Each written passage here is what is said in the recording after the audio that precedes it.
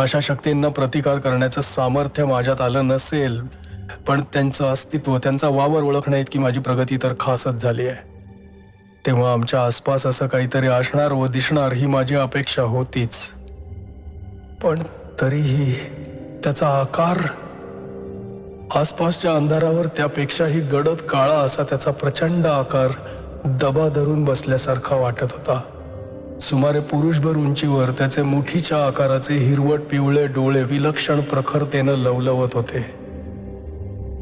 त्या अरुंद जागेत ते आणि आम्ही.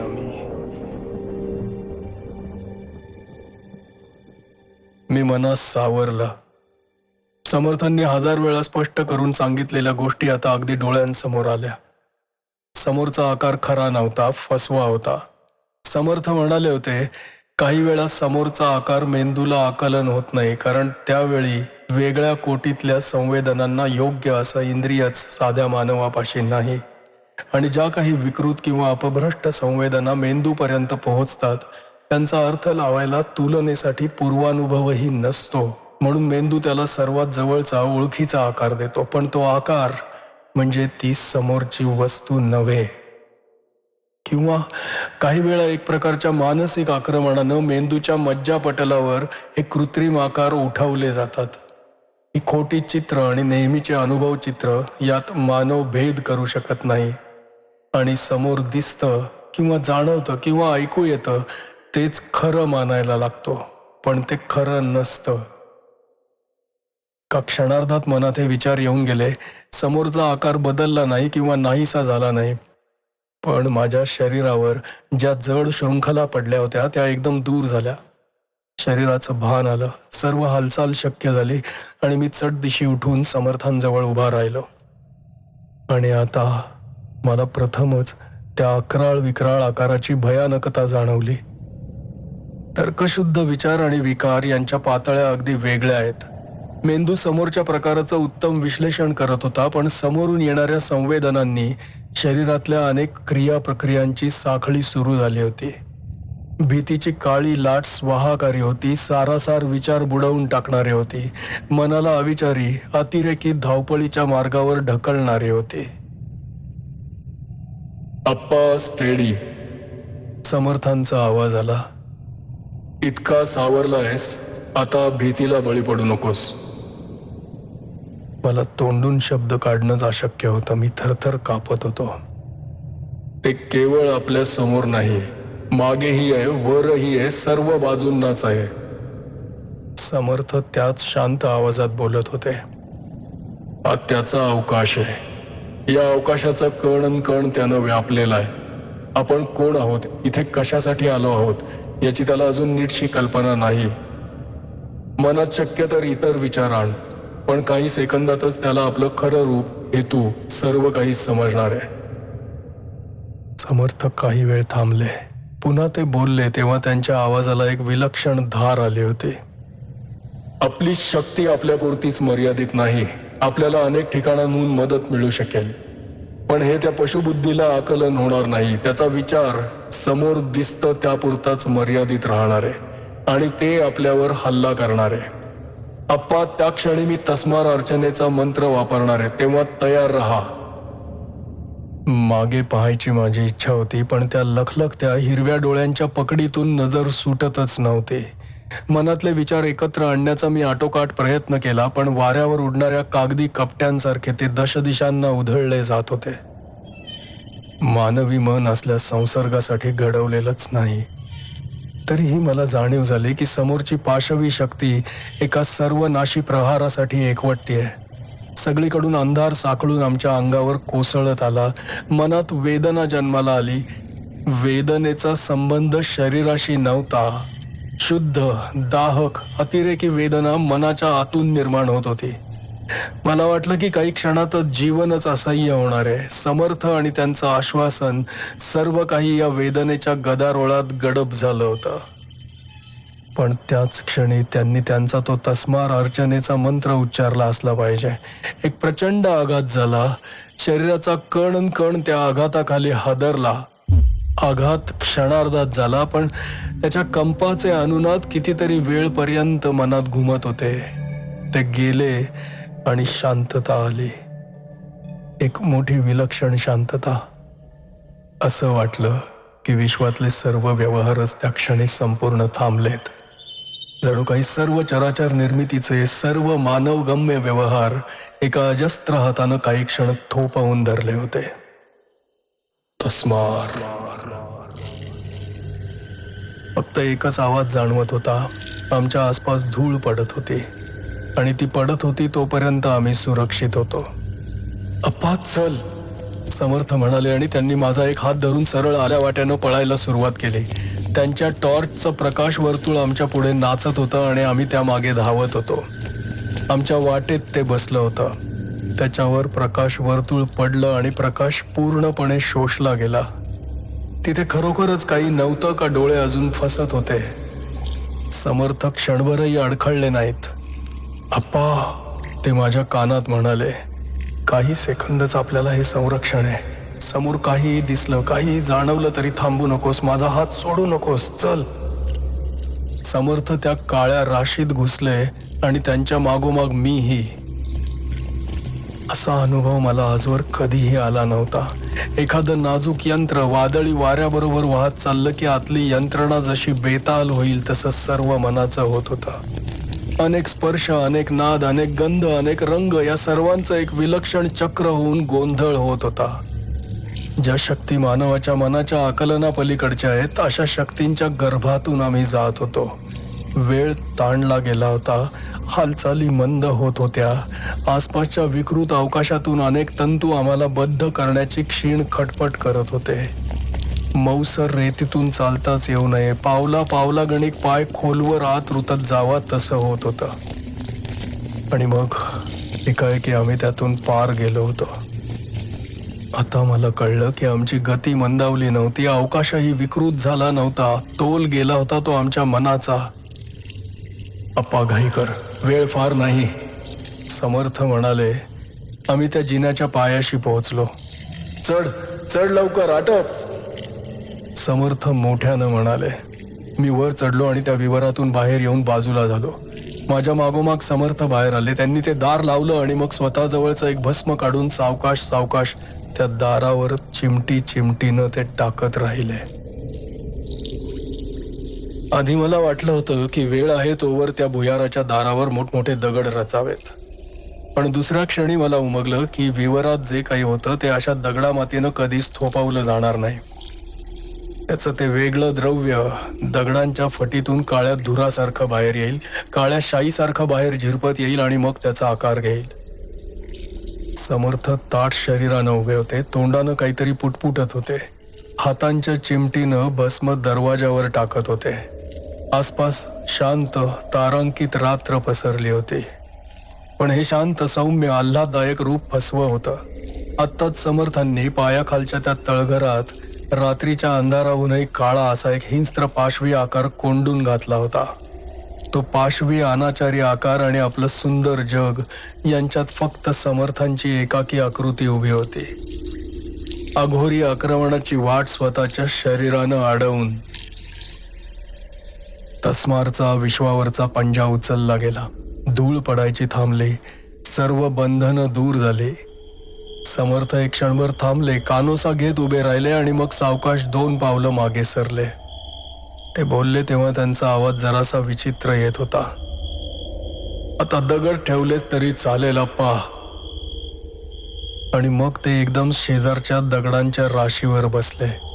खिशातला रुमाल काढायची ते खटपट करत असतानाच मी त्यांच्यापाशी पोहोचलो. त्यांचा चेहरा घामानं डवरला होता. त्यावर मानसिक ताणाच्या खोल रेषा उमटल्या होत्या.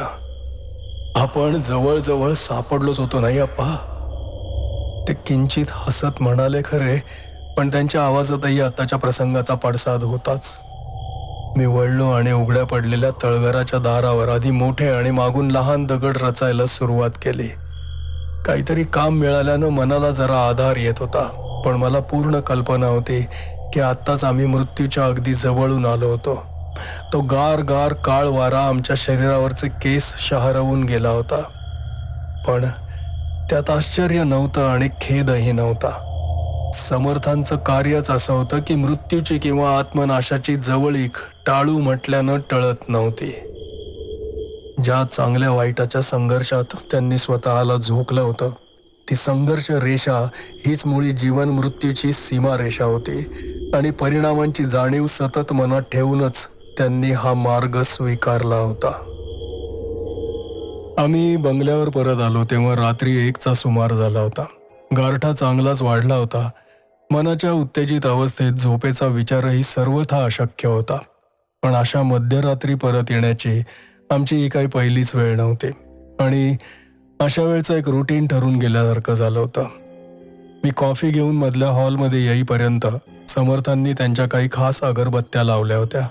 खिडक्या अर्ध्या उघडल्या होत्या. कोपऱ्यातला एक लहान दिवा तेवढा जळत ठेवला होता.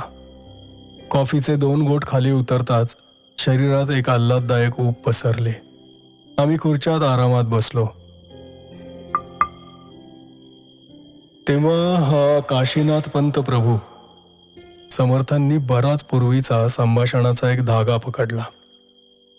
मी म्हणालो होतो त्या बारकूची गाठ घ्यायला हवी, पण आता मला तो काय सांगू शकेल याची शंका वाटते. भीतीनं जर त्याची दातखिळी बसली नसेल तर तो बोलेल, पण काय होतंय हेच त्याला कळणार नाही आणि तो घटनांचं केवळ निरर्थक वर्णन करेल. पण आता आपण प्रत्यक्षच पाहिलंय, आता बारकूची गरज उरलेली नाही. जरा जर्जर एकाकी आणि विपन्नावस्थेतले काशीनाथ पंत प्रभू जगानं पाहिले होते, पण त्यांच्या स्वार्थी हीन मनातली दुर्दम्य महत्वाकांक्षा जगापासून लपवली गेली होती. एक आयुष्य उपभोगण्यानं त्यांची वासना शमली नव्हती, उलट जास्तच उफाळून वर आली होती. शारीरिक सुखाचा मोह सुटत नव्हता. हे जग सोडायची त्यांची तयारी नव्हती, पण त्यांच्या शरीराची चाळण झाली होती. आयुष्याची ठिणगी मालवायला आली होती. एकाच उपायानं त्यांचं समाधान होऊ शकणार होतं. आत जळणाऱ्या दुरात्म्याला नवं शरीर देणं. तू तर अशक्य खासच म्हणणार नाहीस, कारण भार्गवचा अनुभव तू स्वतःच घेतलायस. पण काशीनाथ पंतांच्या मानानं भार्गव अगदीच सौम्य म्हणायला हवा.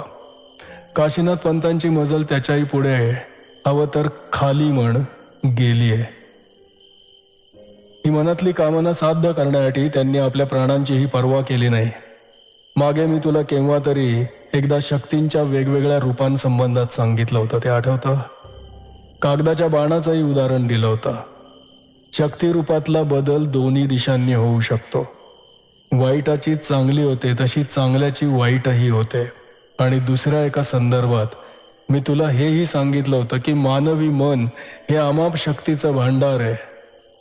त्यातल्या काही मोजक्याच अगदी जागृत असतात. सर्वसामान्य मानवाला ज्ञात असतात, पण त्याच्या खालच्या आणि वरच्या वेगवेगळ्या पातळीवर मानवाच्या मनात केवढा तरी चैतन्यमय विस्तार पसरलाय. त्रिकाळाचा आणि त्रिखंडाचा स्वामी होण्याची पात्रता या अलौकिक मानवी मनात आहे. काही संत महात्म्यांना हे भांडार खुलं झालं आणि त्यांनी ते परोपकारासाठी वेचलं. या उलट काही दुरात्म्यांनाही याची किल्ली सापडली आणि त्यांनी त्याचा स्वार्थासाठी, स्वतःच्या वासनापूर्तीसाठी उपयोग केला. मार्तंड, चंद्रमणी, अशोकानंद, भार्गव, महालकरी, किती नावं सांगावीत. पण हा काशीनाथ पंत प्रभू या सर्वांहून वेगळ्या श्रेणीचा आहे.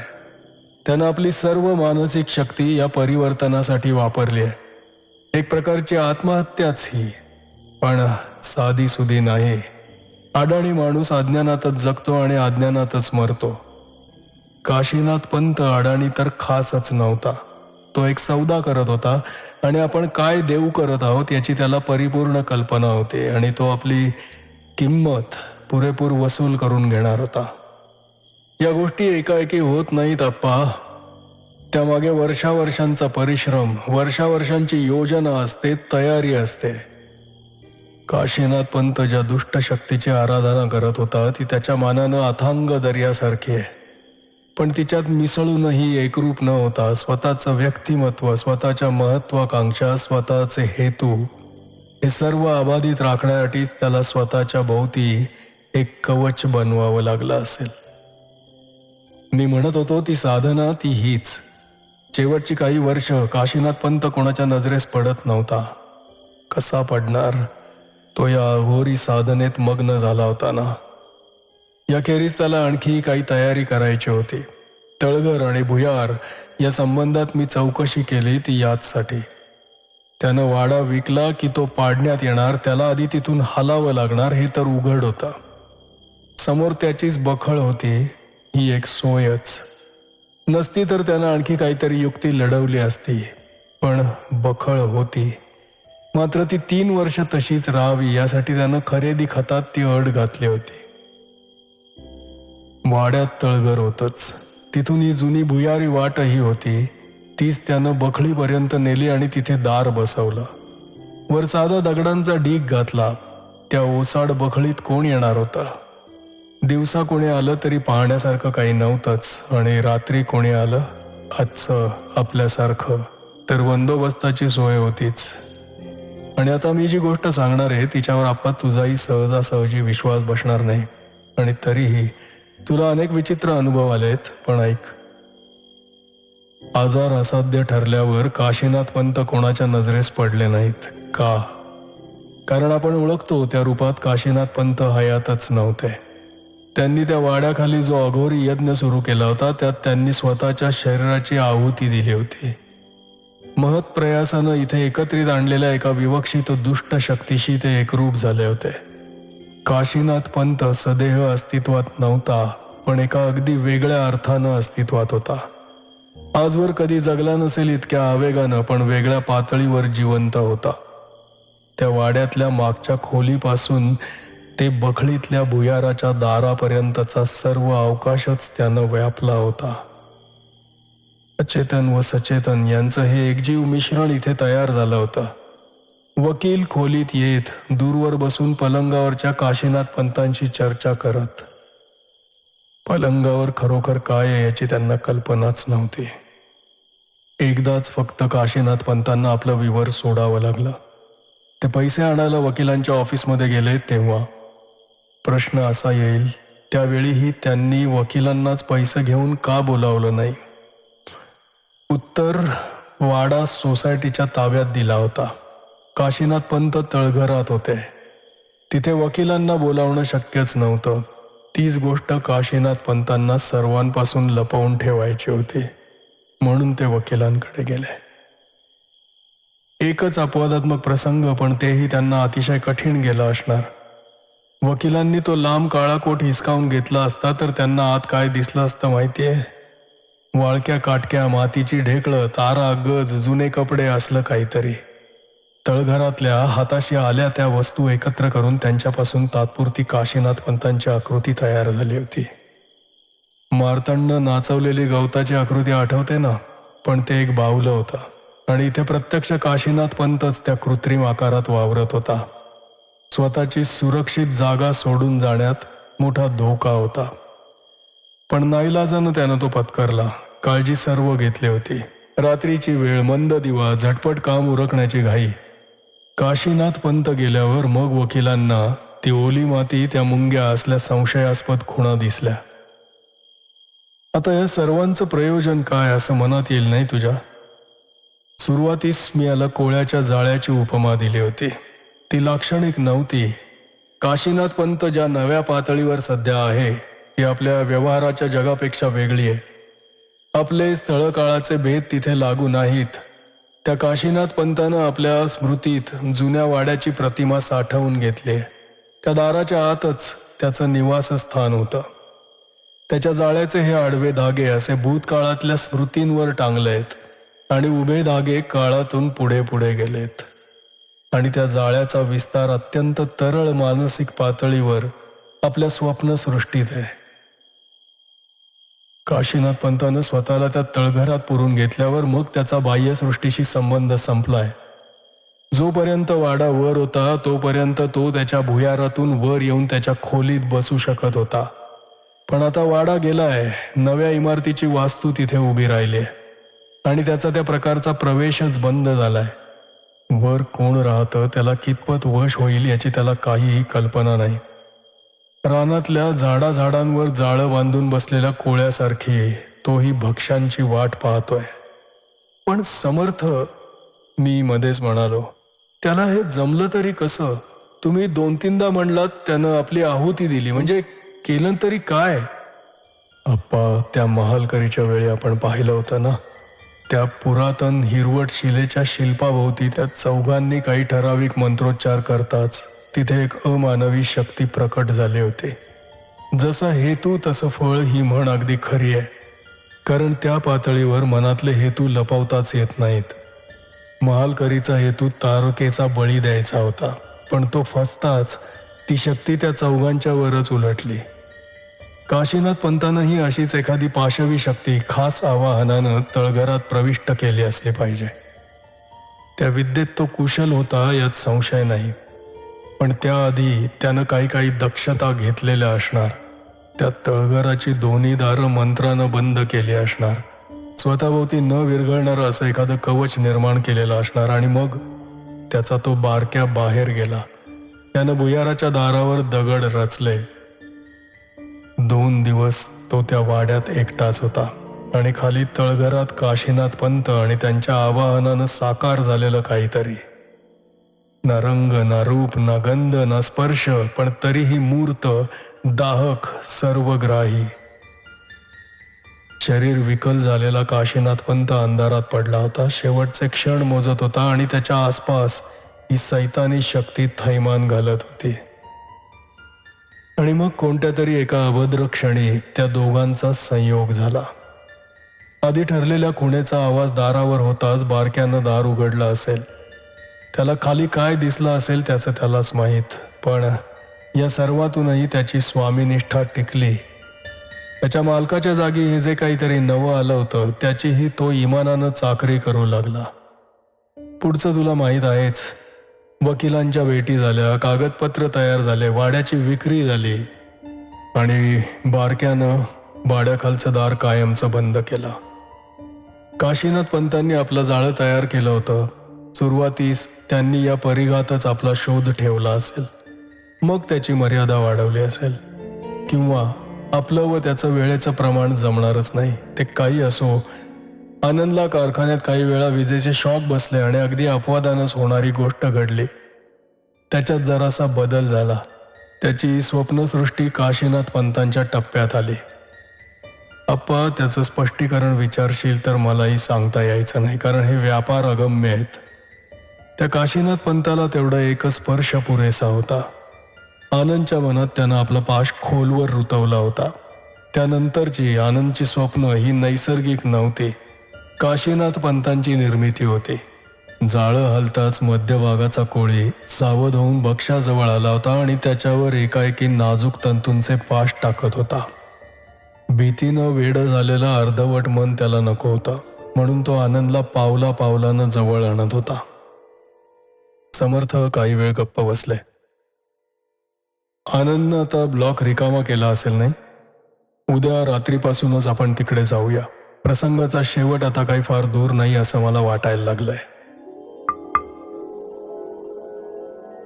अप्पा, समर्थ रात्री आनंदकडे निघताना मला म्हणाले होते, क्रायसिस आजच येणार आहे.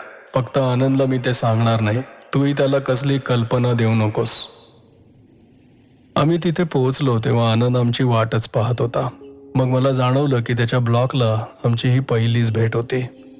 ब्लॉक खूप प्रशस्त, हवेशीर होता, सामान उत्तम होता आणि मांडणीतही सौंदर्य दृष्टी होती. एका लहानशा सुखी कुटुंबाचं हे चित्र होतं. मनात एकदम विचार आला, समर्थ नसते तर?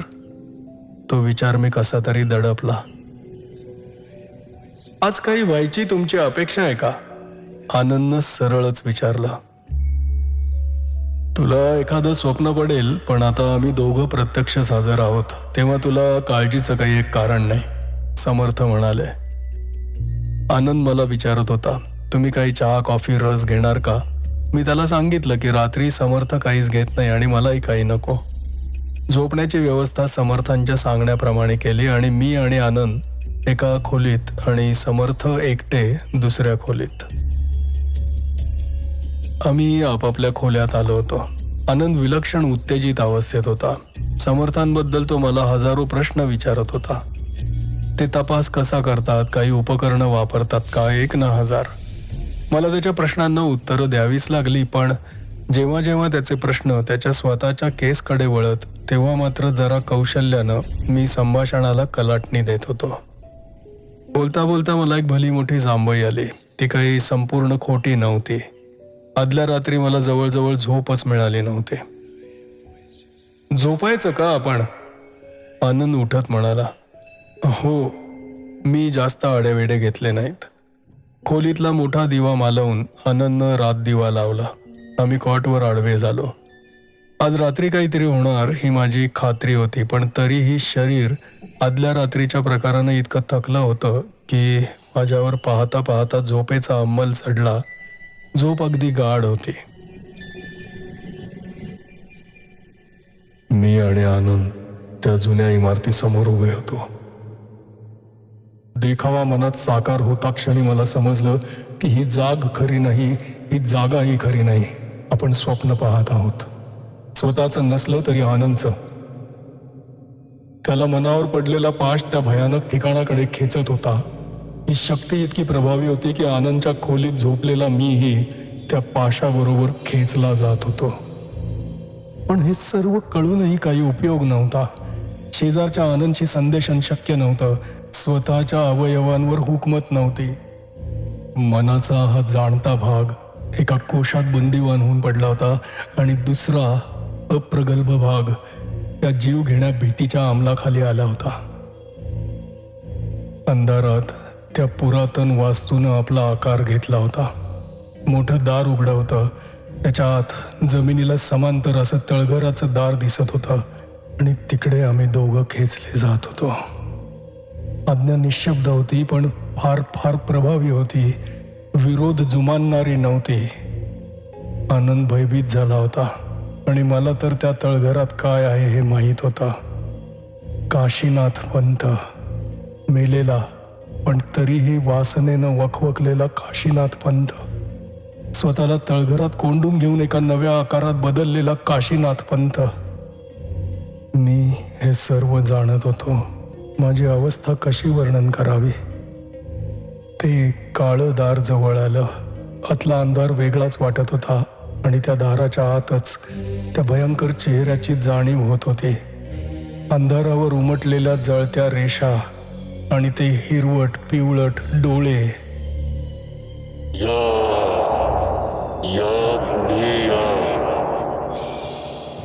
ती एकच आज्ञा मनाच्या कानाकोपऱ्यात घुमत होती.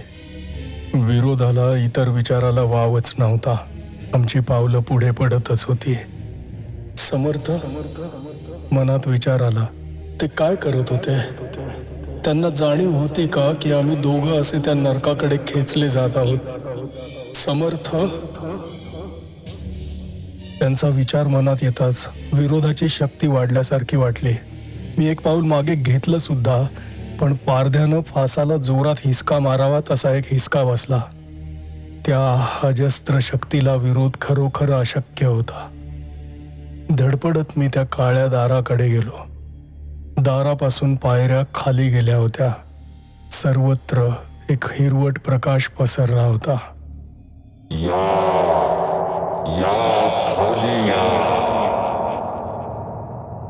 ती आज्ञा सतत घुमत होती. आधी आनंद आणि त्याच्या मागोमाग मी असे त्या पायऱ्या उतरू लागलो. आम्ही खाली पोहोचलो. पुढे चालू लागलो. आमच्या पुढे 5-7 पावलांवर असलेलं काहीतरी सारखं मागे मागे सरत होतं आणि या या या पुढे या अशा त्या आज्ञेच्या विषारी पाशानं आम्हाला पुढे पुढे खेचत होतं. मनात म्हणजे खूप जुनी आठवण जागी झाली. हेच ते आम्ही पाहिलेलं भुयार. इथेच काशीनाथ पंतानं आपलं आयुष्य संपवलं होतं आणि आता आमचंही दोघांचं आयुष्य संपणार होतं जर समर्थ आले नाहीत तर. ते मागे मागे सरत होता. भुयाराच्या विटांच्या भिंती हिरवट प्रकाशात मागे मागे जात होत्या. मध्येच भुयार रुंदावलं. एक चौकोनी कोठीसारखी रुंद जागा आली. तिथे खाली फरशीवर एक मोठी लाकडी पेटी होती आणि ती काळ्या मातीनं भरलेली होती.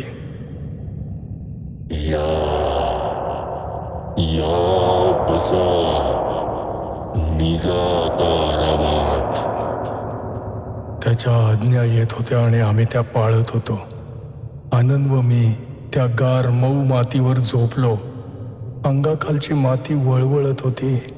कृमी कीटक आळ्यांनी भरल्यासारखे. मनाचा एक कोपरा म्हणत होता हे स्वप्न आहे, केवळ भास आहेत. आणि दुसरा म्हणत होता रोजचं जग तरी काय वेगळं असतं. संवेदनांच्या काही लहरींवरच मेंदू ते समोर उभं करतो ना. त्या मेंदूतल्या चित्रांखेरीज आपल्यासाठी दुसरं काय अस्तित्वात आहे. खालच्या गारव्यानं असेल किंवा त्या दुष्टाच्या काही कृतीनं असेल, शरीराला बधीरपणा येत होता.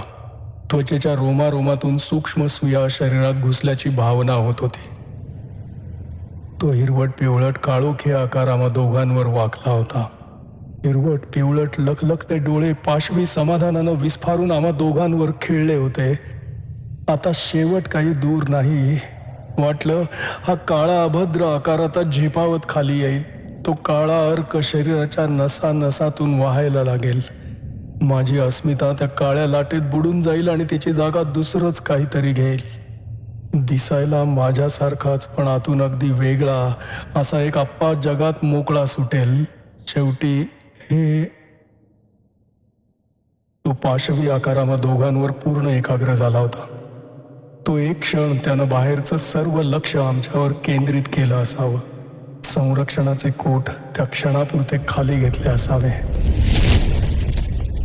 त्या क्षणी समर्थांचा प्रहार झाला.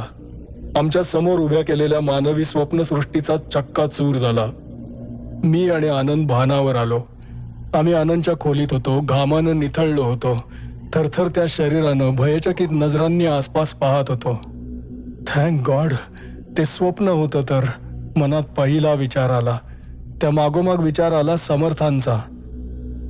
अंगावरची शाल भिरकावून देत मी कॉटवरून उतरलो. धडपडत खोली बाहेर गेलो. समर्थ ज्या खोलीत झोपले होते त्या खोलीत गेलो. खोली रिकामी होती. समर्थ कुठे गेले असावेत. दुसऱ्या क्षणी ते कुठे आहेत हे मला समजलं. आनंद कपडे घाल चल, मी ओरडलो. त्यानं सेकंदाचाही वेळ दवडला नाही. 2 मिनिटात आम्ही धडाधड जिन्यावरून खाली येत होतो. धावत धावत आम्ही बखळीच्या मध्यभागी पोहोचलो. तळघराचं दार उघडं होतं. माझा अंदाज बरोबर होता. आनंद चल, समर्थ खाली आहेत म्हणत मी पायऱ्या उतरायला सुरुवात केली. हातातला टॉर्च थरथरत होता. प्रकाश वर्तुळ थरथरत होतं, कारण भुयारात काय दिसेल याची कल्पनाच करवत नव्हती. धावत धावतच आम्ही त्या मधल्या रुंद जागेत आलो आणि थांबलो. उजव्या हाताला खाली फरशीवर ती रुंद लाकडाची पेटी होती. ओल्या लालसर मातीनं भरलेली. पण आमचं लक्ष पलीकडच्या कोपऱ्याकडे होतं. तिथे समर्थ पाठमोरे उभे होते. पण ते एकटे नव्हते. दोन्ही हात लांब करून त्यांनी कोपऱ्यात कोणाला तरी कोंडीत पकडलं होतं. आणि आम्ही 2 पावलं पुढे जाताच आम्हाला ते दिसलं. पण पाहायला कठीण होतं. त्या रेषांवर नजर स्थिरच होत नव्हती. आकार दिसायला माणसासारखा पण प्रत्यक्षात वेगळाच वाटत होता. असं वाटत होतं की एखाद्या पडद्यावर वस्तूची सावली पडावी, पण सावलीवरून वस्तूच्या खऱ्या रूपाचा बोध होऊ नये तसंच काहीतरी होत आहे. वेगळ्याच मितीतलं हे काहीतरी. त्याचा हा आमच्या रोजच्या त्रिमितीतल्या जगावर पडलेला एक प्रक्षेप होता. त्यावरून त्याचं खरं रूप समजणं केवळ अशक्य होतं. तरीही जे काही दिसत होतं ते भीतीनं जीवाचं पाणी करणारं होतं. समर्थांशी मुकाबला करण्यासाठी त्यानं या क्षणी काशीनाथ पंतांचा चेहरा घेतला होता. म्हणजे त्याच्यात काशीनाथ पंतांचा अंश खरोखर किती होता. पण त्याला तो स्थिर ठेवता येत नव्हता. क्षणाक्षणाला चेहऱ्यावरचे अवयव बदलत होते, वितळत होते, घसरत होते, विकृत होत होते. बदलत नव्हते, हालत नव्हते. ते फक्त विषारी, खुनशी, हिरवट डोळे, समर्थांवर सैतानी रागानं खेळलेले. तो बघ आपला सर्वांचा शत्रू, मी आनंदला म्हणालो. त्याचाही राग उफाळून वर आला आणि त्याच क्षणी मीही माझ्या मनातला सर्व संताप त्या कोपऱ्यातल्या आकाराकडे फेकला. समतोल पारड्यांना फिरवायला सूक्ष्मसा कणही पुरतो म्हणतात. आमची दोघांची मानसिक शक्ती, समर्थ आणि त्यांचा प्रतिस्पर्धी या दोघांच्या मानानं क्षुद्र असेल, पण त्या वेळेपुरतं तिनं आपलं काम केलं. पारडं एकदम समर्थांच्या बाजूला झुकलं. समर्थांनी दोन्ही बाजूंना पसरलेले हात हा सुद्धा एक संकेतच होता. त्या दोघांचा संघर्ष अनेक पातळ्यांवर चालला होता. त्या प्रत्येक पातळीवर समर्थांनी शेवटचा आघात केला आणि त्याचा नाश केला. त्याच्या आकारामागचा जोर निघून गेला. मग ती ओलसर माती, ते हाडांचे तुकडे, त्या वाळक्या काटक्या, सगळं काही ढासळत खाली आलं. त्या अचेतन कणांना एकत्र बांधणारी, आकार आणि शक्ती देणारी प्रेरणा त्यांच्यातून गेली होती. आणि इतका वेळ केवळ मानसिक बळावर शरीराला सावरणारे समर्थ, तेही सावकाश खाली यायला लागले. मी पुढे होऊन त्यांना आधार दिला. ते अगदी हलकेच पुटपुटत होते. काय म्हणत मी त्यांच्या तोंडाशी कान नेला. मातीत यंत्र असेल, ते काढून त्याचा नाश कर, ते म्हणाले. मी त्यांना अलगद खाली ठेवलं आणि त्या मातीच्या चौकोनी पेटीकडे वळलो. आनंदलाही सांगितलं, मातीत शोध आनंद, काही दिसतं का पहा. आम्ही दोघं दोन्ही बाजूंनी शोध करू लागलो. ही माती म्हणजे समर्थ नसते तर आमची अखेरची विश्रांतीची जागा ठरली असती. त्यात खरोखरच किडे आणि आळ्या वळवळत होत्या. आत हात घालायची विलक्षण अनिच्छा मनात आली होती, पण आम्ही आमचा शोध चालू ठेवला. शेवटी मलाच ते सापडलं. तळ हाता एवढ्या विस्ताराचं, बहुतेक कवटीच्या हाडांचे 3 तुकडे काळ्या तारेनं एकमेकांना जोडले होते आणि त्यांच्यावर काही काही आकृती कोरल्या होत्या. समर्थांपाशी जाऊन मी त्यांना हाका मारल्या. त्यांनी डोळे उघडताच त्यांना ते दाखवलं आणि त्यांनी मानेनं होकार देताच ते यंत्र पायाखाली ठेचून ठेचून त्याच्या पार ठिकऱ्या ठिकऱ्या अगदी भुगा करून टाकला.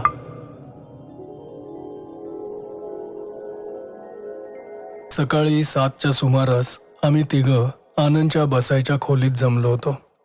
आदल्या रात्री आम्ही दोघांनी समर्थांना आधार देत देत त्या भुयारातून वर आणलं होतं. तिथे थांबून त्यांच्याच देखरेखीखाली तळघराचं दार बंद करून त्यावर परत एकदा ते दगड रचले होते. तोपर्यंत समर्थांना जरा हुशारी आली होती. मग आम्ही तिघं सावकाश सावकाश चालत त्याच्या ब्लॉकमध्ये आलो होतो आणि विश्रांतीसाठी आपापल्या गाद्यांवर आडवे झालो होतो. पहाटे 5लाच मला जाग आली होती आणि माझ्या हालचालीनं आनंदही जागा झाला होता. आवाज न करता आम्ही दोघं स्वयंपाकघरात गेलो होतो आणि पहिला चहा बनवून घेतला. आनंदची उत्कंठा आता अगदी शिगेला पोहोचली होती. समर्थांनी या संबंधात मला जेवढं सांगितलं होतं तेवढं सारं मी त्याला सांगितलं होतं. विश्वास बसण्याचा प्रश्नच नव्हता, कारण त्यानं शेवटचा प्रसंग स्वतःच्या डोळ्यांनीच पाहिला होता. त्याच्या शंका मात्र त्याला समर्थांसाठी राखून ठेवायला सांगितल्या. आणि मग समर्थ उठल्यावर आमची तिघांची बैठक जमली होती. समर्थांचा चेहरा किंचित ओढलेला दिसत होता. एवढीच रात्रीच्या संघर्षाची खूण होती. आनंद, समर्थ जरा हसत म्हणाले, तुझी जरा माफी मागायला हवी. असला काहीतरी प्रकार काल रात्री होणार आहे याची मला पूर्ण कल्पना होती. तुला आणि अप्पालाही मी सूचना दिली नाही, नाहीतर तो विचार तुमच्या मनात राहिला असता, त्याला समजला असता आणि मग तुम्हाला काल रात्री जसा काही क्षणांपुरता बेसावत सापडला तसा सापडला नसता. मी त्याला बहुतेक सर्व सांगितलंच आहे, मी मध्येच म्हणालो. तुझ्यावर त्याची चांगलीच हुकमत बसली होती आनंद, समर्थ म्हणाले. काल रात्री आपला अघोरी बेत पार पाडायची त्याची कल्पना होती. तुम्ही नसतात तर काय झालं असतं, आनंद घोगऱ्या आवाजात म्हणाला. जगाला काहीच फरक दिसला नसता. फार झालं तर तुझा स्वभाव असा एकाएकी कसा बदलला याचं लोकांनी नवल केलं असतं, पण ते ऐकायला तू हजरच राहिला नसतास. मातीत त्या यंत्रावर तो तुम्हाला निजवणार होता. तुमची सर्व जीवनशक्ती खेचली गेली असती, 2 निष्प्राण कलेवर राहिली असती आणि मग त्यांच्यात त्यानं सावकाश सावकाश प्रवेश मिळवला असता. इतके दिवस त्यानं उराशी बाळगलेली महत्वाकांक्षा सफल झाली असती. पण समर्थ, आनंद म्हणाला, आम्हाला जाणवत होती ती तर स्वप्नावस्था होती. आमची खरी शरीरं तर वर ब्लॉकमध्ये खोलीत होती. ही नेहमीची स्वप्नावस्था नव्हती आनंद. तुमचं स्वत्व, अस्मिता, मी पण प्राण, इगो, सोल, आत्मा काहीही म्हण, जे व्यक्तीला व्यक्तिमत्व देतं ते तत्व त्यानं तुमच्या शरीरातून खेचून बाहेर काढलं होतं. आणि माझ्यावर विश्वास ठेव, तुमच्या आयुष्याचा अंत काही फार दूर नव्हता. आणि मग त्याला तुमच्या ब्लॉकची वाट खुली होती. कोण होता अडवायला आणि कोणाची शक्ती पुरी पडली असती? मला ही कल्पना होती आणि म्हणून मी आधीपासून त्याच्या भुयारात हजर होतो. तो तुमची निर्द्रव्य अस्मिता तिथे आणत होता. त्याला दारा, विटा, लाकडांचे दरवाजे नको होते. त्याच्या स्मृतीत साठवलेलं ते पुरातन दाराचं चित्र त्याला पुरे होतं.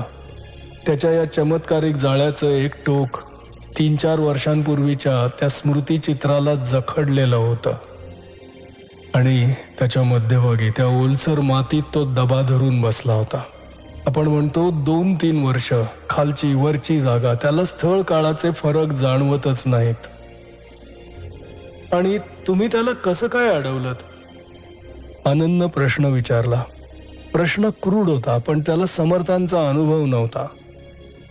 त्याच्याशी त्याच्याच पातळीवरून संघर्ष करावा लागतो. समर्थ शांतपणे म्हणाले, काशीनाथ पंत जे मार्ग वापरत होता ते मलाही खुले होते, मलाही वापरता येत होते. तुम्हाला केवळ असं दिसलं असेल की आम्ही दोघं एका स्थिर पावित्र्यात उभे आहोत, पण ते दृश्य फसवं होतं. आधी त्यानं आक्रमणाचा प्रयत्न केला, पण तो यशस्वी झाला नाही. तेव्हा पळून जायची खटपट केली, तीही यशस्वी झाली नाही. शेवटी त्याचा नाश झाला. पण समर्थ, आम्ही अगदी त्याच वेळी तिथे आलो नसतो तर? आनंद विस्फारलेल्या डोळ्यांनी विचारत होता. पण समर्थ त्याच शांत आवाजात म्हणाले, आनंद, तुम्ही येणार होतातच, पण माझ्या काळजाचा एक ठोका चुकला. समर्थ हे शब्द आनंदच्या समाधानासाठी बोलत होते. आपला प्रयत्न त्यांनी आमच्या मदतीची अपेक्षा मनात ठेवून मुळीच केला नव्हता.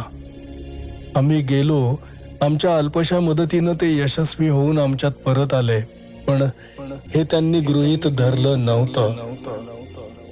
जेथे जेथे दुष्ट शक्तींचा प्रादुर्भाव होतो तिथे तिथे त्यांच्या नाशासाठी स्वतःचा प्राण पणाला लावायचा ही समर्थांची जीवनाची रीतच होती. त्यांनी परिणामांचा विचार कधीच केलेला नाही. आम्ही गेलो नसतो तर ते त्या भयानक शक्तीची वाट अडवून तसेच उभे राहिले असते. आम्ही वेळेवर गेलो हे आमचं सुदैव होतं. माझा चेहरा गोरामोरा झाला असला पाहिजे, किंवा समर्थांनी माझ्या मनातली विचारांची दिशा जाणली असावी. माझ्या खांद्यावर हात ठेवत ते म्हणाले, स्टेडी अप्पा, मी काही इतका कच्चा नाही बरं का. आनंदला या वाक्याचा बोध झाला नाही, कारण ते आम्हा दोघांसाठीच फक्त होतं.